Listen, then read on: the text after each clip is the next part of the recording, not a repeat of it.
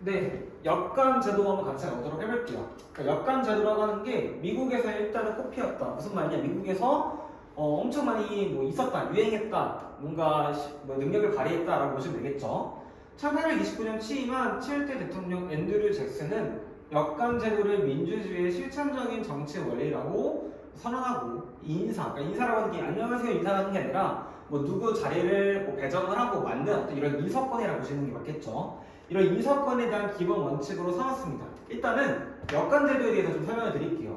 좀 같이 마시면 선거에 의하여 정권을 잡은 사람이나 정당이 간직을 지배하는 정치적 간행, 뭐 자기의 지지자들을 발탁하여 권한을 실현한다는 민주적 성격을 가진 반면 정실에 따라 간직이 좌우되며 공정하고 능률적인 행정이 이루어지기 어렵다는 단점도 있다. 그러니까 무슨 말이냐? 간단하게 설명하자면 빨간 색깔 보시면 될 것 같아요.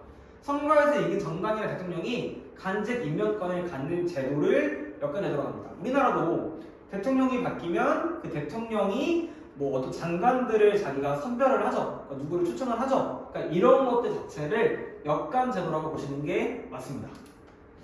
좀 더 설명해 드리자면 서부 개천민 출신의 잭슨, 그러니까 서부 개천민 출신이야. 근데 이 사람이 동북부 상류계층이 독점하고 있던 이런 연방간직의 문호를 일반 뭐 인에게 개방하라고 했습니다. 무슨 말이냐? 이 사람은 서부 계층민인데 이미 동부에는 상류 계층들이 다 자리 잡고 있었던 거야. 근데 이 사람이 뭔가 어떤 간직에 올라섰을 때는 이런 어떤 동부 계층에 대한 상류 계층 자리를 일반인들도 할 수 있게끔 개방했다는 얘기죠.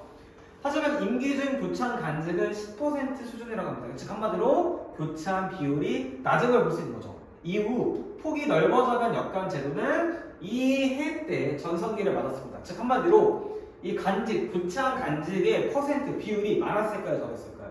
그쵸, 당연히 많았겠죠. 이 제도가 상원의원이던 윌리엄 마시가 전리품은 승리자의 것이라고 표현한 거로부터 유래해서 이런 역관 제도라고 불리게 된 것도 이 시기다라는 말이죠. 그러니까 이 시기 때 이 전리품은 승자의 것, 무슨 말이냐면 결국 싸웠을 때 이 전리품을 얻게 되는 사람이 누구죠? 그쵸? 그 전쟁에서 이긴 사람이겠죠. 그러니까 한마디로 뭐 투표를 하고 뭐 선거를 했을 때 이긴 사람이 그 자신을 믿고 따르던 사람한테 자리를 주는 거, 뭐 장관을 주던 어떤 자리를 주는 것 자체가 전리품은 승자의 것이라고 말을 하는 거와 똑같은 것처럼 역관제도라는 것들이 이 시기 때 엄청 활발해졌다라고 보시면 되겠습니다. 1861년 취임한 이 링컨, 말이 유명한 사람이죠. 이 링컨이라는 대통령은 최대 규모의 역관 인사를 단행했습니다. 대통령이 임명할 수 있는 공직의 85%를 경제하는 것이다. 무슨 말이냐면 대통령이 됐을 때는 한 15% 정도는 남게 되는 거야.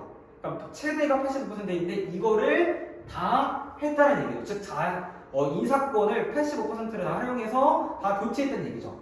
그는 역관제도를 가장 효과적이고 모범적으로 활용한 인물로도 꼽히며 무엇보다 자격 없는 인물을 골라내는 눈도 있었습니다. 어느 공직 후보자에게 딱지를 놓은 그는, 그 딱지가 무슨 말이냐면 얘 바꿔라, 얘 별로 마음에 안 들어 라고 얘기를 했다는 얘기죠. 근데 그 이유가 뭐냐면 얼굴이 마음에 들지 않는다고 이유를 설명한 거죠. 물론 이제 업무 능력적인 측면에서 얘기를 했을 수도 있지만 일단은 뭐 요즘 그런 얘기 있잖아요. 간상이 마음에 안 든다. 그러니까 링컨이 이 사람의 딱 그 모습을 봐본 다음에 얼굴이 마음에 안 들어 라고 하면서 삭제를 놓으면서 교체를 했다는 얘기입니다.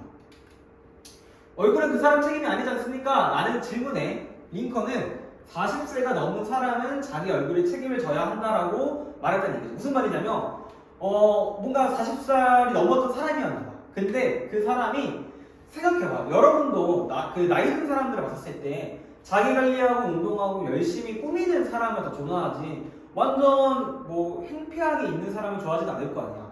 그만큼 그 사람의 어떤 댐댐이 어떤 겉모습을 보고 난 다음에 이 사람이 이 공직 자리에 맞지 않는다면서 딱지를 놓았다라고 보는 게 맞습니다. 역관제도는 정치 지도자의 국정 지도력을 강화하고, 그러니까 되게 국정에 대한 어떤 모습을 강화했고, 관료기구 국민 간의 동질성을 확보하기 위한 수단으로 계속 발전하고 있다라고 하는 게 이 역관제도를 말하고 있는 거죠.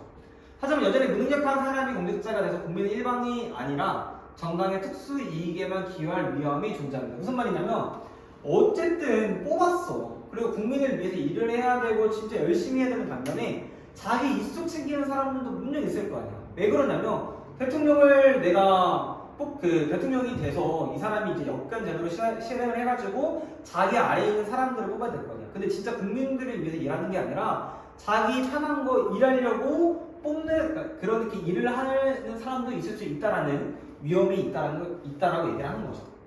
오늘날 역관 제도를 내세우는 민주국가는 없지만 실제로 근절되지 않은 것도 이와 같은 액면에서 때문입니다. 우리나라도 역관 제도를 통해서 뭐 다 바꾸거나 그러진 않죠. 하지만 일부 바뀌는 부분도 있다는 얘기죠. 그러니까 되게 모순이라는 얘기가 맞다고 모순이라는 생각을 하시면 될 것 같아요.